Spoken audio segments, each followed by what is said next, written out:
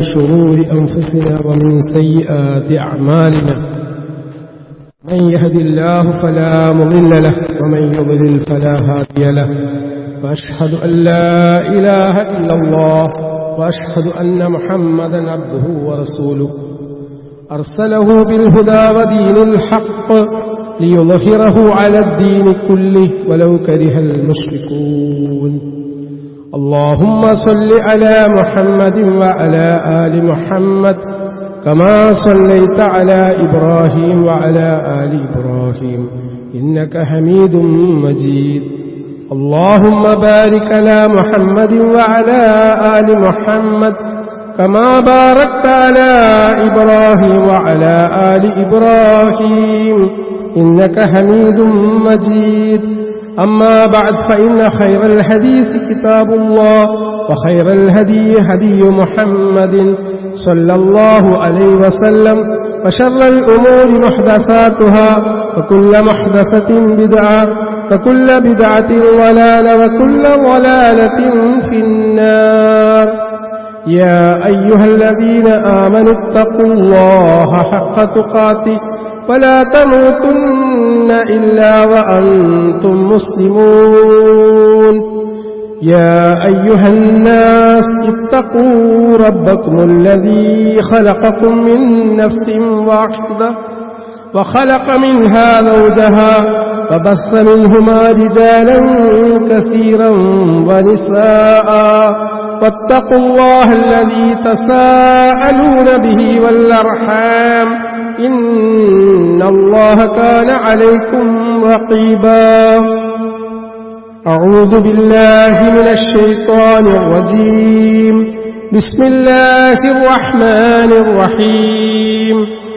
إن الله يحب التوابين ويحب المتطهرين സ്നേഹം നിറഞ്ഞ സത്യവിശ്വാസികളെ, ജീവിതത്തിൻ്റെ എല്ലാ രംഗങ്ങളിലും പ്രപഞ്ച സൃഷ്ടാവും നിയന്താവും നമ്മെ അങ്ങേയറ്റം സ്നേഹിക്കുന്ന അല്ലാഹുവിന്റെ വിധിവിലക്കുകൾ കഴിവിന്റെ പരമാവധി സൂക്ഷിച്ച് ജീവിക്കണമെന്ന് എന്നോടും നിങ്ങളോടും ഉണർത്തുന്നു, വസിയത്ത് ചെയ്യുന്നു. അല്ലാഹു സുബ്ഹാനഹു വ തആല നമുക്ക് ഓരോരുത്തർക്കും അതിനുള്ള തൗഫീക്ക് പ്രദാനം ചെയ്യുമാറാവട്ടെ. സഹോദരങ്ങളെ, വെള്ളിയാഴ്ച ദിവസങ്ങളിൽ മിമ്പറുകളിൽ വെച്ച് കേൾപ്പിക്കപ്പെടുന്ന സാരോപദേശങ്ങൾ ഒരാഴ്ചക്കാലം നമ്മുടെ ജീവിതത്തിന് ഊർജം നൽകുന്നതും തഖ്വ സമ്മാനിക്കുന്നതുമാണ്. ഓരോ വിശ്വാസിയുടെയും മനസ്സ് എന്ന് പറഞ്ഞാൽ നിരന്തരം താളം തെറ്റിക്കൊണ്ടിരിക്കുന്നതാണ്. ഏത് സന്ദർഭത്തിലും നമ്മുടെ ഈമാനിന് ചോർച്ച സംഭവിച്ചേക്കാം. ഈ ചോർച്ച ഇല്ലാതാക്കാനുള്ള ഒറ്റമൂലികളാണ്, അല്ലെങ്കിൽ അത്തരത്തിലുള്ള സാരോപദേശങ്ങളാണ് വിശുദ്ധ ഖുർആനിന്റെയും തിരുസുന്നത്തിന്റെയും അടിസ്ഥാനത്തിൽ നമുക്ക് കിട്ടിക്കൊണ്ടിരിക്കുന്നത്. ഇന്ന് പരാമർശിക്കാൻ ഉദ്ദേശിക്കുന്ന വിഷയം നിർബന്ധമായും നമ്മൾ ഓരോരുത്തരും അറിഞ്ഞിരിക്കേണ്ട കാര്യമാണ്. അതായത് അല്ലാഹുവിന്റെ പ്രവാചകൻ സല്ലല്ലാഹു അലൈഹി വസല്ലം നമ്മെ പഠിപ്പിച്ചു, അത്വഹൂറു ശത്രുൽ ഈമാൻ. വൃത്തി എന്നുള്ളത് വിശ്വാസത്തിന്റെ പാതിയാണ്, പകുതിയാണ്. ശുചിത്വമുള്ള ജീവിതം നയിക്കേണ്ടവരാണ് വിശ്വാസികളായ നമ്മൾ. നമ്മുടെ ജീവിതത്തിന്റെ സമസ്ത മണ്ഡലങ്ങളിൽ നമ്മൾ എപ്രകാരമാണ് പെരുമാറേണ്ടത് എന്ന് കൃത്യമായി നമ്മെ പഠിപ്പിക്കപ്പെട്ടിട്ടുണ്ട്. നമുക്കറിയാം, ഒരു ടോയ്ലറ്റിലേക്ക് കയറുന്ന സന്ദർഭത്തിൽ ഇടതുകാല് വെച്ചുകൊണ്ട് അല്ലാഹുമ്മ ഇന്നി അഊദു ബിക മിനൽ ഖുബുസി വൽ ഖബായിസ് എന്ന പ്രാർത്ഥന ചൊല്ലിക്കൊണ്ട് ടോയ്ലറ്റിൽ കയറണം എന്ന് പഠിപ്പിക്കപ്പെട്ടു. അവിടുന്ന് ഇറങ്ങുമ്പോൾ നമ്മൾ ഇറങ്ങേണ്ടത് വലതുകാൽ വെച്ചുകൊണ്ടാണ് എന്നും പ്രാർത്ഥിക്കണമെന്നും നമ്മോട് കൽപ്പിക്കപ്പെട്ടു. ഇത്ര നിസ്സാരമാണ് എന്ന് കരുതുന്ന മേഖലയിൽ പോലും നിർദ്ദേശങ്ങൾ നൽകപ്പെട്ടിട്ടുണ്ട്. ഇപ്പൊ വൃത്തി എന്ന് പറഞ്ഞാൽ എന്താണ് സഹോദരന്മാരെ? രണ്ട് തലങ്ങളാണ് അതിനുള്ളത്. അതിലൊന്ന് ശാരീരികമായിട്ടുള്ള വൃത്തിയാണ്. നമ്മുടെ ശരീരത്തെ വൃത്തിയാക്കുക എന്നുള്ളത് അനിവാര്യമായും ഒരു വിശ്വാസി അറിഞ്ഞിരിക്കേണ്ട കാര്യമാണ്. ഇപ്പോ പള്ളിയിലേക്ക് കടന്നു വന്ന സന്ദർഭത്തിൽ നമ്മൾ വുളു എടുത്തിട്ടുണ്ട്. വുളു അംഗശുദ്ധി വരുത്തുക. ദിവസം 5 നേരത്തെ നമസ്കാരത്തിന് വേണ്ടി വുളു നിർബന്ധ ബാധ്യതയാണ്. എങ്കിൽ മാത്രമേ നമ്മുടെ നിസ്കാരം അല്ലാഹു സ്വീകരിക്കുകയുള്ളൂ. നാം വുളു എടുക്കുന്നിടത്ത് പോലും അതിൻ്റേതായിട്ടുള്ള മര്യാദകൾ പാലിക്കാൻ നമ്മോട് കൽപ്പിച്ചിട്ടുണ്ട്. നമ്മുടെ മുഖവും കൈകളും കാൽപാദങ്ങളും വൃത്തിയാകുന്നു എന്നുള്ളത് ശാരീരികമായി നമുക്ക് ലഭിക്കുന്ന ഏറ്റവും വലിയ മേന്മയാണ്, മെച്ചമാണ്. നമുക്ക് വുളു എടുക്കുമ്പോൾ സ്വാഭാവികമായിട്ടും അല്ലാഹു നൽകുന്ന ഒരു ഉന്മേഷമുണ്ട്. കൈകാലുകൾ നമ്മൾ വൃത്തിയാക്കുമ്പോൾ രോഗങ്ങളിൽ നിന്ന് അത് പ്രതിരോധവും മോചനവും ഉണ്ടാക്കുന്നു എന്നുള്ള ഭൗതികമായിട്ടുള്ള അതിന്റെ ഗുണമാണ്. കോവിഡ് വന്ന സന്ദർഭത്തിൽ നമുക്കൊക്കെ അറിയാം, കൃത്യമായിട്ട് നമുക്ക് ചില നിർദ്ദേശങ്ങൾ ആരോഗ്യ വകുപ്പ് നൽകിയിട്ടുണ്ടായിരുന്നു. ആ സന്ദർഭത്തിൽ സോപ്പ് ഉപയോഗിച്ചുകൊണ്ട് നമ്മൾ കൈകൾ കഴുകിയിരുന്നു. എന്നാൽ ഒരു വിശ്വാസിയെ സംബന്ധിച്ചിടത്തോളം വളരെ നേരത്തെ തന്നെ ശിക്ഷണം നൽകപ്പെട്ടിട്ടുണ്ട്. ഭക്ഷണം കഴിക്കുന്നതിന് മുമ്പ് കൈ കഴുകണം, ഭക്ഷണം കഴിച്ചു കഴിഞ്ഞാലും കൈ കഴുകണം. ഇത് നിർബന്ധമായിട്ടുള്ള കാര്യമാണ്. രണ്ടാമതായി നമ്മൾ മനസ്സിലാക്കേണ്ടത് വൃത്തിയുടെ ഭാഗമാണ് കുളിക്കുക എന്നുള്ളത്. വെള്ളിയാഴ്ച ദിവസം പള്ളിയിലേക്ക് പുറപ്പെടുന്നതിന് മുമ്പ് ആ ഒരു നിയ്യത്തോടുകൂടി വെള്ളിയാഴ്ചത്തെ ആ ഒരു കർമ്മം നിർവഹിക്കാൻ വേണ്ടി വരുമ്പോൾ അതിനുവേണ്ടി കുളിക്കുക എന്നുള്ളത് പ്രബലമായിട്ടുള്ള സുന്നത്താണ്. ചില പ്രത്യേക സാഹചര്യത്തിൽ മുഴുവൻ കുളിച്ച് ശുദ്ധിയാകുന്നത് നിർബന്ധമായ കർമ്മമാണ്. ഏതാണ് അതിലൊന്ന്? വലിയ അശുദ്ധി ഉണ്ടാവുമ്പോൾ ഭാര്യയുമായിട്ട് ലൈംഗിക ബന്ധത്തിൽ ഏർപ്പെട്ടതിന് ശേഷം നിർബന്ധമായിട്ടും ആ നിയ്യത്തോടുകൂടി കുളിക്കുക എന്നുള്ളത് വിശ്വാസി ചെയ്യേണ്ട കർമ്മമാണ്. അതുപോലെ തന്നെ ഒരു സ്ത്രീയെ സംബന്ധിച്ചിടത്തോളം അവളുടെ മെൻസ്ട്രേഷൻ പീരീഡിൽ ആർത്തവത്തിൽ നിന്ന് ശുദ്ധിയാവുന്ന ഘട്ടത്തിലും ആർത്തവത്തിന്റെ വേളയിലും കുളിക്കുക എന്നുള്ളത് നിർബന്ധ ബാധ്യതയാണ്. അതുപോലെ തന്നെ ഒരു പുരുഷനെ സംബന്ധിച്ചിടത്തോളം അവന്റെ ശരീരത്തിൽ നിന്ന് ശുക്ലം സ്ഖലനം ചെയ്യപ്പെട്ടാൽ പുറത്തേക്ക് വന്നിട്ടുണ്ടെങ്കിൽ നിർബന്ധമായിട്ടും അയാൾ കുളിക്കണം. അയാൾ ഭാര്യയുമായിട്ട് ലൈംഗിക ബന്ധത്തിൽ ഏർപ്പെട്ടിട്ടില്ല എങ്കിൽ പോലും അദ്ദേഹത്തിന്റെ ശരീരത്തിൽ നിന്ന് ശുക്ലസ്ഖലനം ഉണ്ടായിട്ടുണ്ടെങ്കിൽ അയാൾ കുളിക്കേണ്ടതുണ്ട്. അതുപോലെ തന്നെ ഒരു സ്ത്രീയെ സംബന്ധിച്ചിടത്തോളം പ്രസവം നടന്നിട്ടുണ്ടെങ്കിൽ പ്രസവ രക്തമുള്ള ഘട്ടത്തിൽ അവർ കുളിക്കേണ്ടതുണ്ട്. ഒരു മയ്യത്ത് കുളിപ്പിച്ചുകൊണ്ടാണ് നമ്മൾ ഈ പള്ളിയിലേക്ക് ഖബർസ്ഥാനിലേക്ക് നമ്മൾ പോകുന്നത്, മയ്യത്ത് നിസ്കരിക്കുന്നത്. സഹോദരന്മാരെ, ഇതൊക്കെ തന്നെ വിശ്വാസികൾക്ക് വൃത്തിയുടെ ഭാഗമായിട്ട് പഠിപ്പിക്കപ്പെട്ട സുന്നത്തുകളാണ്. അതുപോലെ തന്നെ പ്രവാചകൻ സല്ലല്ലാഹു അലൈഹി വസല്ലം പഠിപ്പിച്ചു, എന്റെ ഉമ്മത്തിന് പ്രയാസം ഉണ്ടാവുമായിരുന്നില്ലെങ്കിൽ ലൗലാ അൻ അശുക്ക അലാ ഉമ്മത്തി ലഅമുറന്നഹും ബിസ്സിവാകി മഅ കുല്ലി സലാത്ത്. എന്റെ ഉമ്മത്തിന് പ്രയാസകരമല്ലായിരുന്നെങ്കിൽ ഓരോ നമസ്കാരത്തിന്റെ വേളയിലും പല്ല് തേക്കാൻ ഞാൻ നിർബന്ധിക്കുമായിരുന്നു. പല്ല് തേക്കുക എന്നുള്ളത് ഏറ്റവും പ്രധാനപ്പെട്ട റസൂൽ സല്ലല്ലാഹു അലൈഹി വസല്ലമയുടെ ഒരു ചര്യയാണ്. പല്ല് തേക്കണം എന്ന് പറഞ്ഞു. അപ്പൊ പല്ല് തേക്കുക എന്നുള്ളത് വൃത്തിയുടെ ഭാഗമാണ്. മിസ്വാക്ക് ചെയ്യുക, ഓരോ നമസ്കാരത്തിലേക്ക് പ്രവേശിക്കുന്ന ഘട്ടത്തിലും മിസ്വാക്ക് ചെയ്യണം എന്ന് നമ്മോട് കൽപ്പിച്ചു. അത് സുന്നത്തായ കർമ്മമാണ്. അതുപോലെ തന്നെ നഖം വെട്ടുക എന്നുള്ളത് ഇതൊക്കെ സുന്നത്താണ് എന്ന് മനസ്സിലാക്കിക്കൊണ്ട് റസൂൽ സല്ലല്ലാഹു അലൈഹി വസല്ലമയെ ഇഷ്ടപ്പെട്ട് നമ്മൾ ചെയ്യുമ്പോൾ, പ്രിയപ്പെട്ടവരെ, നമ്മൾ നഖം വെട്ടുന്ന ഘട്ടത്തിൽ പോലും നമുക്ക് പ്രതിഫലമുണ്ട്. അതുപോലെ തന്നെ പ്രവാചകൻ സല്ലല്ലാഹു അലൈഹി വസല്ലം നമ്മെ പഠിപ്പിക്കുന്നുണ്ട് ഈ 5 കാര്യങ്ങൾ യഥാർത്ഥത്തിൽ 5 കാര്യങ്ങളുണ്ട്, 10 കാര്യങ്ങളുണ്ട്. ഒരു മനുഷ്യ പ്രകൃതത്തിൽപ്പെട്ടതാണ്, മനുഷ്യന്റെ ഫിത്രത്തിൽപ്പെട്ടതാണ് 5 കാര്യങ്ങൾ. അതിൽ ഒന്നാമതായി പറയുന്നത് മീശ കത്രിക്കുക എന്നുള്ള, മീശ വെട്ടി ചെറുതാക്കണം. അത് സുന്നത്താണ്. മീശയെ വെറുതെ വിടാൻ പാടില്ല. അതുപോലെ തന്നെ താടി വെക്കുക എന്നുള്ളത് സുന്നത്തുപ്പെട്ടാണ്. മിസ്വാക്ക് ചെയ്യുക എന്നുള്ളത്, മൂക്കിൽ വെള്ളം കയറ്റി ചീറ്റുക എന്നുള്ളത്. ആധുനിക ശാസ്ത്രം കഫക്കെട്ടിന്റെ പ്രധാനപ്പെട്ട ഒരു കാരണമായിട്ട് പറയുന്നത് നാസ്യം ചെയ്യാതിരിക്കുന്നതാണ്. എന്നാൽ ഇസ്ലാം പ്രധാനമായി പഠിപ്പിക്കുന്ന കാര്യം എന്താണ്? മൂക്കിൽ ഓരോ നിസ്കാരത്തിന് വേണ്ടി നമ്മൾ ഉളുവെടുക്കുമ്പോഴും നമ്മുടെ മൂക്കിലേക്ക് വെള്ളം കയറ്റി ചീറ്റുക എന്നുള്ളത് അത് പ്രധാനപ്പെട്ട കാര്യമാണ്. അത് നമ്മൾ ശ്രദ്ധിക്കാറില്ല. അതുപോലെ നഖം മുറിക്കുക എന്നുള്ളത്, വസ്ത്രങ്ങൾ അലക്കുക എന്നുള്ളത്, കക്ഷത്തിലുള്ള രോമം വടിക്കുക എന്നുള്ളത്, അത് നീക്കം ചെയ്യുക എന്നുള്ളത്, ഗുഹ്യരോമം കളയുക എന്നുള്ളത്, ഇതൊക്കെ മനുഷ്യന്മാർ ചെയ്യേണ്ട, വിശ്വാസികൾ ചെയ്യേണ്ട കർമ്മമായി പഠിപ്പിക്കപ്പെട്ടു. അതുപോലെ മൂത്രിച്ചതിന് ശേഷം വൃത്തിയാക്കുക എന്നുള്ളത്. പ്രിയപ്പെട്ടവരെ, ഇത്തരം കാര്യങ്ങൾ കൃത്യമായിട്ട് പ്രവാചകൻ സല്ലല്ലാഹു അലൈഹി വസല്ലം എന്തിനാ പഠിപ്പിച്ചത്? ഒരു വിശ്വാസി വൃത്തിയുള്ളവനാവണം. എന്നാൽ നമുക്ക് ബാഹ്യമായ വൃത്തിയുടെ കാര്യമാണ് ഈ പറഞ്ഞതൊക്കെ. ആന്തരികമായ വൃത്തിയും നമുക്കുണ്ടാവണം. അതിൽപ്പെട്ട ഏറ്റവും വലിയ സംഗതി എന്താണ്? ഹൃദയം നന്നാക്കുക എന്നുള്ളത്. നമ്മുടെ ഹൃദയം ശുദ്ധീകരിക്കുക എന്നുള്ളത്. ഹൃദയത്തിന്റെ ശുദ്ധി എന്ന് പറയുന്നത് മോശപ്പെട്ട വികാരങ്ങളിൽ നിന്ന്, മലിനമായ ചിന്തകളിൽ നിന്ന് നമ്മൾ രക്ഷപ്പെടണം. സഹോദരന്മാരെ, ഇന്ന് നമ്മുടെ സോഷ്യൽ മീഡിയ സംവിധാനം വന്നതോടുകൂടി മനസ്സ് മലിനമായിക്കൊണ്ടിരിക്കുന്നു. കാണാൻ പാടില്ലാത്തത് കാണുന്നു, കേൾക്കാൻ പാടില്ലാത്തത് കേൾക്കുന്നു. നിരന്തരം അത് മാത്രം നടക്കുമ്പോൾ സ്വാഭാവികമായി സംഭവിക്കുന്ന കാര്യം എന്താ? നമ്മുടെ മനസ്സ് ശുദ്ധമാവുകയില്ല, അത് മലിനമാകും. അതുകൊണ്ട് അസൂയയിൽ നിന്ന്, പകയിൽ നിന്ന്, വിദ്വേഷത്തിൽ നിന്ന്, അഹങ്കാരത്തിൽ നിന്ന് ഏതെല്ലാം മോശപ്പെട്ട വികാരങ്ങൾ തടയപ്പെട്ടിട്ടുണ്ടോ അതിൽ നിന്നൊക്കെ നമ്മുടെ മനസ്സിനെ മോചിപ്പിക്കുക എന്നുള്ളത് നമ്മുടെ അകം നന്നാവാനുള്ള, മനസ്സ് നന്നാവാനുള്ള പ്രധാനപ്പെട്ട കാര്യമാണ്. നമ്മുടെ അമലുകൾ അല്ലാഹു സുബ്ഹാനഹു വ തആല സ്വീകരിക്കണമെങ്കിൽ നിഷ്കളങ്കത വേണം, കാപട്യം ഉണ്ടാവാൻ പാടില്ല. ഇന്നമൽ അഅ്മാലു ബിന്നിയ്യാതി ലികുല്ലി ഇംറിഇൻ മാ നവ എന്ന് പറഞ്ഞെടുത്ത് നമ്മുടെ പ്രവർത്തനങ്ങൾ അല്ലാഹു സ്വീകരിക്കാനുള്ള മാനദണ്ഡം തന്നെ നിശ്ചയിച്ചത് നമ്മുടെ ഇഖ്ലാസാണ്, നമ്മുടെ നിയ്യത്താണ്.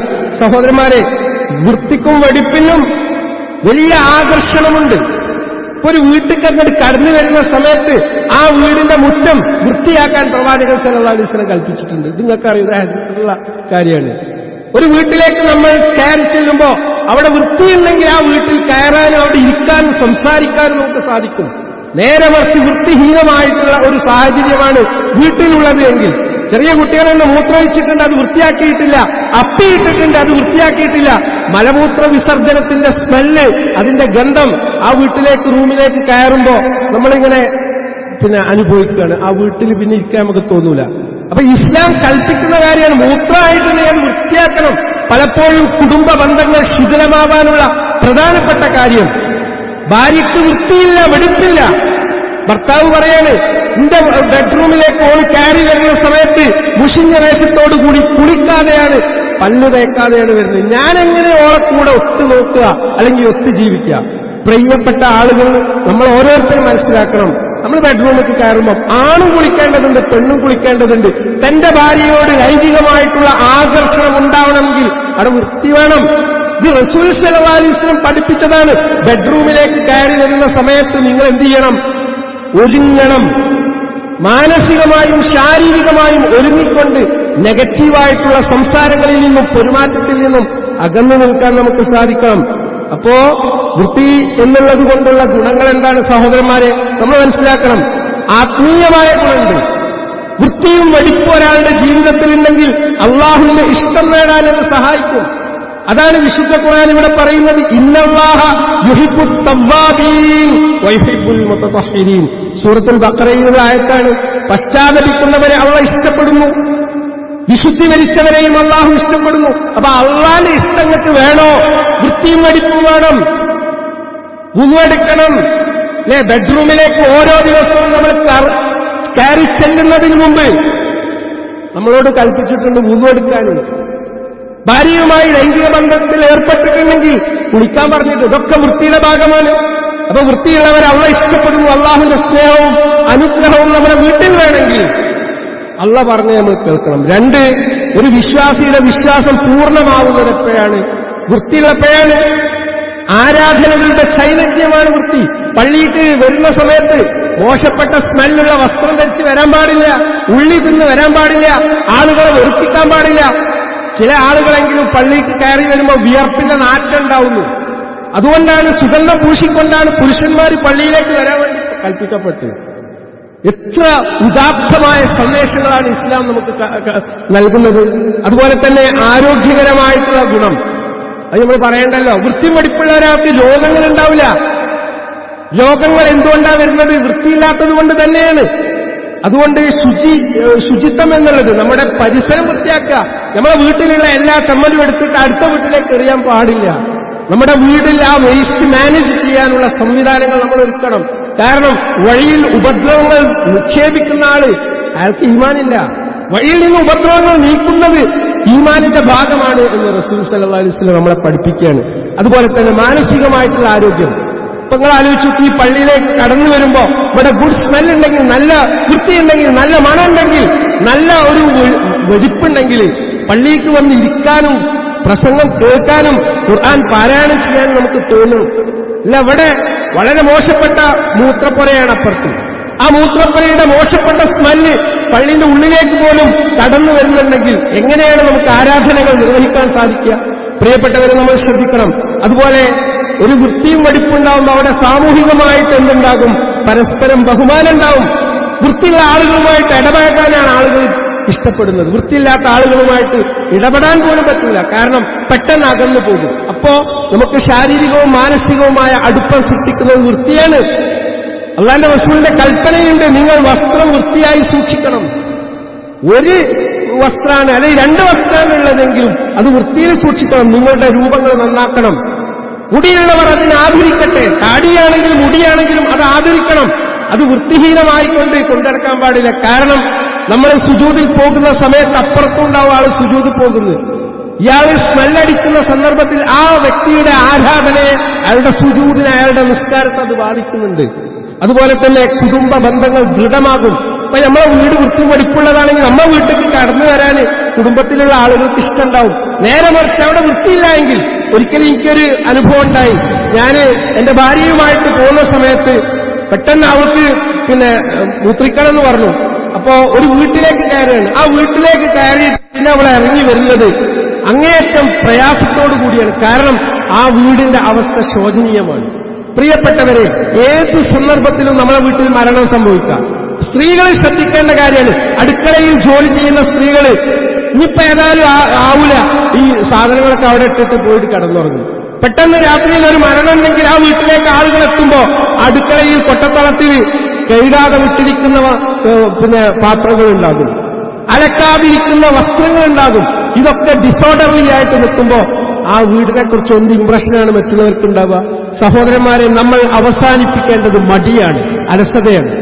മടിയും അലസതയും അവസാനിക്കാത്ത മുസ്ലിം ഉമ്മത്തിന് മോചനല്ല. അള്ളാന്റെ റസൂല് നമ്മളോട് നേരത്തെ എഴുന്നേൽക്കാൻ എന്തിനാ പറഞ്ഞത്? ചിട്ട പഠിപ്പിക്കാണ്. തഹജ്ജുദ് നിസ്കരിക്കാൻ എന്തിനാ പറഞ്ഞത്? രാവിലെ നേരത്തെ എഴുന്നേൽക്കാൻ എന്തിനാ പറഞ്ഞത്? ഒരു വിശ്വാസി എന്ന് പറഞ്ഞാൽ ജീവിതത്തിൽ മാതൃക കാണിക്കുന്ന വ്യക്തിയാണ്. അതുകൊണ്ടാണ് മുഴുവന് ശേഷം നമ്മൾ പ്രാർത്ഥിക്കുന്നു, അല്ലാഹുമ്മ ഇജ്അൽനി മിനത് തവ്വാബീൻ വജ്അൽനി മിനൽ മുതതഹ്ഹിരീൻ. എന്താ പ്രാർത്ഥന? അല്ലാഹു എന്നെ ആക്കി തീർക്കണമേ, പശ്ചാത്തപിക്കുന്നവരുടെ മാർഗത്തിൽ എന്നെ ആക്കി തീർക്കണം, വൃത്തിയുള്ളവരുടെ കൂട്ടത്തിൽ നിന്നെ അകപ്പെടുത്തണം. അതൊരു വലിയ സന്തോഷമുള്ള സംഗതിയാണ്. ഈ പ്രാർത്ഥന ചൊല്ലുന്ന ഒരു വ്യക്തിക്ക് സ്വർഗത്തിൽ 8 കവാടങ്ങളിൽ കൂടി പ്രവേശിക്കാൻ സാധിക്കുമെന്ന് പഠിപ്പിച്ചിട്ടുണ്ടെങ്കിൽ വൃത്തിയുടെ പ്രാധാന്യമാണ് സഹോദരങ്ങളെ. അതുകൊണ്ട് നമ്മൾ മനസ്സിലാക്കും, വുളു ഇല്ലാതെ നിസ്കാരം സ്വീകരിക്കപ്പെടൂല. നമസ്കാരം എന്നുള്ളത് നമ്മുടെ ആത്മാവിനെ സംസ്കരിക്കുന്ന ഏറ്റവും വിശിഷ്ടമായ കർമ്മമാണ്. ഒരാൾ നിസ്കരിക്കില്ലെങ്കിൽ അയാൾ മുസ്ലിം അല്ല എന്നുള്ളതാണ് പ്രവാചക അധ്യാപനം. അതുകൊണ്ട് വൃത്തിയും ധർമ്മനിഷ്ഠയും പരസ്പര പൂരകങ്ങളാണ്. വൃത്തിഹീന ജീവിതം നയിക്കുന്ന ആളുകൾ അവർ ചെയ്യുന്നത് അവരുടെ ആത്മാവിനെയാണ് ദുഷിപ്പിക്കുന്നത്. അതുകൊണ്ട് ഇന്നത്തെ ഖുത്ബയിൽ സൂചിപ്പിച്ച ഏറ്റവും പ്രധാനപ്പെട്ട കാര്യം, നമുക്ക് വൃത്തിയുണ്ടോ? നമ്മൾ സ്വയം ഒന്ന് വിശകലനം ചെയ്യാം. നമ്മുടെ വീട്ടിന് വൃത്തിയുണ്ടോ? നമ്മുടെ ഭാര്യയ്ക്കുണ്ടോ? മക്കൾക്കുണ്ടോ? ഇല്ല എങ്കിൽ അതിൽ ശ്രദ്ധ കേന്ദ്രീകരിക്കാൻ നമുക്ക് ഓരോരുത്തർക്കും സാധിക്കേണ്ടതുണ്ട്. അള്ളാഹു നമ്മെ അനുഗ്രഹിക്കട്ടെ.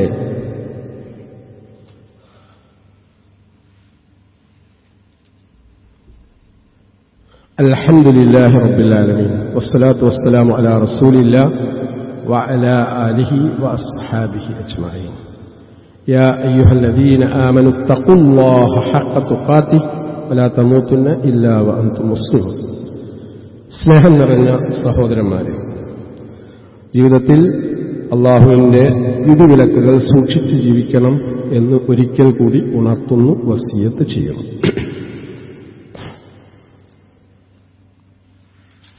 പിന്നെ സൂചിപ്പിക്കാനുള്ള പ്രധാനപ്പെട്ട മറ്റൊരു കാര്യം,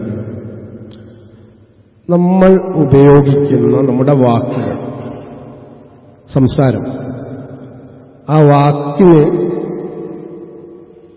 സൗന്ദര്യമുണ്ട്, ശക്തിയുണ്ട്. ചില ആളുകളോട് നമ്മൾ സംസാരിക്കുമ്പോൾ നമുക്ക് ആ സംസാരം നീട്ടിക്കൊണ്ടുപോകാൻ ആഗ്രഹം ഉണ്ടാവും. അവരെ കേട്ടു നിൽക്കാൻ മോഹമുണ്ടാവും. ചില ആളുകളോട് നമ്മൾ സംസാരിക്കുമ്പോൾ എത്രയും പെട്ടെന്ന് ആ സംസാരം നിർത്തി രക്ഷപ്പെടാനാണ് നമുക്ക് തോന്നുന്നത്. അപ്പോ നല്ല വാക്ക് പറയുക അല്ലെങ്കിൽ മിണ്ടാതിരിക്കാനാണ് റസൂൽ സല്ലല്ലാഹു അലൈഹി വസല്ലം പറഞ്ഞത്. ഫക്കീർ ഫഅമൽ, ചിന്തിച്ചാണ് പ്രവർത്തിക്കേണ്ടത്. ഒരു കാര്യം പറഞ്ഞിട്ട് ബോംബിടണ മാതിരി ചില ആളുകളാണ് ഓരോ ബോംബിടും, ഓരോ സംസാരം തന്നെ ബോംബായിരിക്കും. പിന്നെ ആ പറഞ്ഞ വാക്കിനെ ചൊല്ലിയായിരിക്കും ആ കുടുംബത്തിൽ മുഴുവൻ കലഹം ഉണ്ടാക്കുന്നത്. അപ്പൊ നമ്മൾ പ്രത്യേകം ശ്രദ്ധിക്കേണ്ട കാര്യമാണ്, വിവേകത്തോടു കൂടിയാണ് നമ്മൾ സംസാരിക്കേണ്ടത്. ഈ കൗമാരത്തിലൊക്കെ ഉള്ള കുട്ടികളോട് നമ്മൾ സംസാരിക്കുമ്പോൾ മുതിർന്നവർ മനസ്സിലാക്കാൻ വേണ്ടിയിട്ട് പറയാണ്, ഓരുടെ മനസ്സിൽ പലതരത്തിലുള്ള ചിന്തകളുണ്ടാവും, പല ആശയങ്ങൾ അവരുടെ മനസ്സിലേക്ക് കയറിയിട്ടുണ്ടാവും. അവരുടെ വ്യക്തിത്വം രൂപീകരിക്കപ്പെടുന്ന ഒരവസ്ഥയിലാണ്. അതുകൊണ്ട് എടുത്തുചാട്ടം അവരുടെ പ്രകൃതമാണ്. കാരണം ഹോർമോൺ ഇംബാലൻസിലാണ്, ഹോർമോണിന്റെ വളർച്ചയിലാണ് ആ കുട്ടികളുള്ളത്. ഓരോട് സംസാരിക്കുമ്പോൾ മാന്യതയോടുകൂടി സംസാരിക്കാൻ നമ്മൾ പ്രത്യേകം ശ്രദ്ധിക്കണം. ഒരു കളിക്കാൻ വേണ്ടി മൂടിൽ ഇങ്ങനെ ഇരിക്കുന്ന സമയത്ത് സാധനം വാങ്ങാൻ പറഞ്ഞിട്ടുണ്ടെങ്കിൽ അത് ഇപ്പൊ ആവൂല എന്ന് പറയും. അതെന്താ ആവാത്ത ഒരു ചാടിപ്പിടുന്ന കാര്യമല്ല. അപ്പൊ കളിക്കാൻ നേരത്തല്ല സാധനം വാങ്ങാൻ പറയുന്നത്, നമ്മൾ ശ്രദ്ധിക്കേണ്ട കാര്യമാണ്. അപ്പൊ ആ കുട്ടീനോട് പറഞ്ഞ് കളിച്ച് വരുമ്പോൾ സാധനം വാങ്ങി കൊണ്ടുവരും എന്ന് പറഞ്ഞ് നിൽക്കണ്ടേ, ആ കുട്ടിക്ക് ഒരു പ്രശ്നം ഉണ്ടാവില്ല. കുട്ടികൾക്ക് കുട്ടികളുടേതായിട്ടുള്ള ചില സ്വഭാവങ്ങൾ അവരുടെ പ്രായത്തിലുണ്ട്. ചെറിയ കുട്ടികളോടൊക്കെ നമ്മൾ പെരുമാറുമ്പോൾ പ്രത്യേകിച്ച് ഇന്നത്തെ കാലത്ത് കൂടുതൽ നമ്മൾ ശ്രദ്ധിക്കണം. അതുപോലെ പരിഹസിച്ചുകൊണ്ട് സംസാരിക്കാതിരിക്കണം. ഒരാൾ ഈ കളിയാക്കുന്നത് അത് റസൂൽ വിലക്കിയ കാര്യമാണ്. അതുപോലെ മോശപ്പെട്ട പേര്, രണ്ടാം പേര് വിളിക്കുക. ചില നാട്ടിലൊക്കെ പോയ ചില ആളുകളുടെ പേരെന്നെ കിട്ടില്ല. കാരണം അവിടെ വേറൊരു പേര് അയാൾക്കുണ്ടാവും. ഇതിങ്ങനെ പറഞ്ഞ് ആരാണോ പേരിട്ടത് നാളെ പരലോകത്തെത്തുമ്പോൾ അതിന്റെ കൂലി മുഴുവൻ അയാൾക്ക് കിട്ടുക. ഇത് ശരിക്കും നമ്മൾ ശ്രദ്ധിച്ചു നോക്കുള്ളൂ. ചില ആളുകളെ കുറിച്ച് അങ്ങനെയുള്ള ചില പേരുകളുണ്ട്. എന്നാൽ അയാൾക്കത് ഇഷ്ടമാണെങ്കിൽ അത് വിളിക്കുന്നതുകൊണ്ട് വലിയ കുഴപ്പമില്ല. നേരെ മറിച്ച് അയാൾക്ക് ഇഷ്ടമില്ലാത്ത രണ്ടാം പേര് നമ്മൾ വിളിക്കാതിരിക്കാൻ ശ്രദ്ധിക്കുക. അതുപോലെ വാക്കുകൾ കൊണ്ട് നമ്മൾ പ്രയോഗങ്ങൾ നടത്തുന്ന സന്ദർഭത്തിൽ കുന്ത മുന പോലെയാണ് ആ വാക്കുകൾ. ചിലത് ഹൃദയങ്ങൾ തുളച്ചവർ കയറും. എന്നാലും അവൻ എന്നോട് അത് പറഞ്ഞില്ലേ എന്ന് നമ്മൾ ചിലപ്പോൾ പറയാറുണ്ട്. ഒരിക്കലും അവനിൽ നിന്ന് ഞാനത് പ്രതീക്ഷിച്ചിട്ടില്ല എന്ന് നമ്മൾ പറയാറുണ്ട്. അപ്പോ വളരെ മാന്യമായിട്ട് ആണ് നമ്മൾ ആളുകളോട് സംസാരിക്കുന്നത്. നാവുകൊണ്ടുള്ള മുറിവ് ഒരിക്കലും ഉണങ്ങുകയില്ല എന്നാണ് ചില ആളുകൾ പറയുന്നത്. അത് ഞാൻ എന്തെങ്കിലും ഒന്ന് ആക്കിയിട്ടേ ഇവിടെ പോരുള്ളൂ. അതൊക്കെ വലിയ കഴിവായിട്ടാ പറയാ. എന്നിട്ടാണ് പിന്നെ പോയി വീണെടുക്കുക, പിന്നെ സ്ട്രോക്ക് വരുന്നത്, പിന്നെ അത് തിരുത്താനുള്ള സമയം പോലും നമുക്ക് കിട്ടൂല. അതുകൊണ്ട് അല്ലാഹു സുബ്ഹാനഹു വ തആല ഒരു മനുഷ്യന് നൽകിയ ഏറ്റവും വലിയ അനുഗ്രഹമാണ് അവന്റെ നാവ് എന്നുള്ളത്. പല രോഗങ്ങളും ഉണ്ടായിക്കൊണ്ടിരിക്കുന്ന അവന്റെ നാവിന്റെ തകരാറുകൊണ്ടാണ്. ശരിക്കും നമ്മൾ ശ്രദ്ധിക്കേണ്ട ഒരു വിഷയമാണ് ഞാൻ പറയുന്നത്. സൈക്കോളജിക്കലായിട്ട് മനഃശാസ്ത്രപരമായി പഠനങ്ങൾ നടത്തുന്ന ആളുകൾ പറയുന്നു, നമ്മൾക്കുണ്ടാകുന്ന പല രോഗങ്ങളും നമ്മുടെ നാവ് വിതച്ചതാണ്. നാവ് വിതച്ച വിനകളാണ് ഇന്ന് നമ്മൾ കൊയ്തുകൊണ്ടിരിക്കുന്നത്. അതുകൊണ്ട് നാവിനെ സൂക്ഷിക്കുക എന്നുള്ളതാണ് നമ്മുടെ ധർമ്മം. അനാവശ്യമായ വാക്ക് നമ്മൾ ഒഴിവാക്കുക. തർക്കം നടത്താൻ പാടില്ല എന്നാണ് റസൂൽ സല്ലല്ലാഹു അലൈഹി വസല്ലം കൽപ്പിച്ചത്. ഒരിക്കൽ പ്രവാചകൻ സല്ലല്ലാഹു അലൈഹി വസല്ലം ഒരു വിഭാഗം ആളുകളുടെ കൂടെ അടുത്തുകൂടി നടക്കുമ്പോൾ അവിടെ ഒരു തർക്കിച്ചുകൊണ്ടിരിക്കുകയാണ്. അപ്പൊ റസൂൽ സല്ലല്ലാഹു അലൈഹി വസല്ലം അവരോട് പറഞ്ഞു, നിങ്ങൾ തർക്കിക്കുന്നത് ഒഴിവാക്കുക. തർക്കത്തിന് ബർക്കത്തില്ല എന്ന് സാധാരണ പറയാറുണ്ട്. നമ്മൾ ഒഴിവാക്കേണ്ട സംഗതിയാണ്. അതുപോലെ ഊഹിച്ചുകൊണ്ടുള്ള സംസാരങ്ങൾ നമ്മൾ ഒഴിവാക്കുക. ഒരാളെക്കുറിച്ച് ഹുസ്നുൽ വന്നാണ് വേണ്ടത്. അപ്പൊ സൂഉൽ വന്ന് ഉണ്ടാക്കാനാണ് നമ്മൾ നടന്നുകൊണ്ടിരിക്കുന്നത്. എന്താ സൂഉൽ വന്നും ഹുസ്നുൽ വന്നും? ഒരാളെക്കുറിച്ച് നല്ലത് വിചാരിക്കുക. ആയിഷ റളിയല്ലാഹു അൻഹയെ സംബന്ധിച്ച് വ്യഭിചാര ആരോപണം ഉണ്ടായ സന്ദർഭത്തിൽ ഖുർആൻ ചോദിക്കുന്ന ഒരു ചോദ്യമുണ്ട്, അല്ല കൂട്ടരെ, നിങ്ങൾ എന്തുകൊണ്ട് അവരെ സംബന്ധിച്ച് നല്ലത് പറഞ്ഞില്ല? അല്ലെ, സഫ്വാൻ എന്ന സഹാബിയെ സംബന്ധിച്ച് വ്യഭിചാരാരോപണം ഉന്നയിച്ച ഘട്ടത്തിൽ ആ സഹാബിയെ സംബന്ധിച്ച് എന്തുകൊണ്ട് നിങ്ങൾ നല്ലത് വിചാരിച്ചില്ല? ഒരാളെക്കുറിച്ച് അത്തരത്തിലുള്ള വ്യഭിചാര ആരോപണങ്ങൾ കേൾക്കുമ്പോഴേക്ക് നമ്മൾ അത് പർവ്വതീകരിച്ചുകൊണ്ട് പ്രചരിപ്പിക്കുന്ന അതിന്റെ വാഹകരാവാൻ പാടില്ല എന്നുള്ള മഹനീയമായ സന്ദേശമാണ് ഖുർആൻ അവിടെ നമുക്ക് നൽകുന്നത്. അതുകൊണ്ട് നമ്മുടെ സംസാരത്തെ നമ്മൾ ശ്രദ്ധിക്കേണ്ടതുണ്ട് എന്നുകൂടി ഈ സന്ദർഭത്തിൽ ഉണർത്തുകയാണ്. അല്ലാഹു സുബ്ഹാനഹു വ തആല കാര്യങ്ങൾ മനസ്സിലാക്കിക്കൊണ്ട് ജീവിതത്തെ ക്രമീകരിക്കാനുള്ള മഹാഭാഗ്യം നമുക്ക് ഓരോരുത്തർക്കും പ്രദാനം ചെയ്യുമാറാവട്ടെ. നമ്മിൽ നിന്ന് സംഭവിച്ചിരിക്കുന്ന അബദ്ധങ്ങൾ, പോരായ്മകൾ അല്ലാഹു സുബ്ഹാനഹു വ തആല നമുക്കൊക്കെ പരിഹരിച്ചു തരികയും അവന്റെ ബർക്കത്ത് നമ്മുടെ ജീവിതത്തിലുടനീളം അള്ളാഹു നൽകുകയും ചെയ്യുമാറാവട്ടെ. പ്രയാസപ്പെടുന്ന ഒരുപാട് ആളുകൾ, രോഗികൾ, ദരിദ്രർ, പാവങ്ങൾ, പട്ടിണിപ്പാവങ്ങൾ പല നാടുകളിൽ, നമ്മുടെ ഇന്ത്യയിലും വിദേശ രാജ്യങ്ങളിലും ഗസയിലൊക്കെ ഉണ്ട്. അവർക്കൊക്കെ വേണ്ടി നമ്മൾ ആത്മാർത്ഥമായി പ്രാർത്ഥിക്കുക. പ്രാർത്ഥന എന്നുള്ളത് ഒരു വലിയ ആയുധമാണ്. അല്ലാഹുമ്മ ഗഫിർ ലിൽ മുഅ്മിനീന വൽ മുഅ്മിനാത്ത് വൽ മുസ്ലിമീന വൽ മുഅ്മിനാത്ത്. അല്ലാഹുമ്മ അജിർനാ മിനൻ നാർ, അല്ലാഹുമ്മ അജിർനാ മിനൻ നാർ, അല്ലാഹുമ്മ അജിർനാ മിനൻ നാർ. റബ്ബനാ വലംനാ അൻഫുസനാ വഇൻ ലം തഗ്ഫിർ ലനാ വതർഹംനാ ലനകൂനന്ന മിനൽ ഖാസിരീൻ. ربنا تقبل منا إنك أنت السميع العليم وتب علينا إنك أنت التواب الرحيم. ربنا آتنا في الدنيا حسنة وفي الآخرة حسنة وقنا عذاب النار. وصلى الله على محمد وعلى آله وأصحابه أجمعين.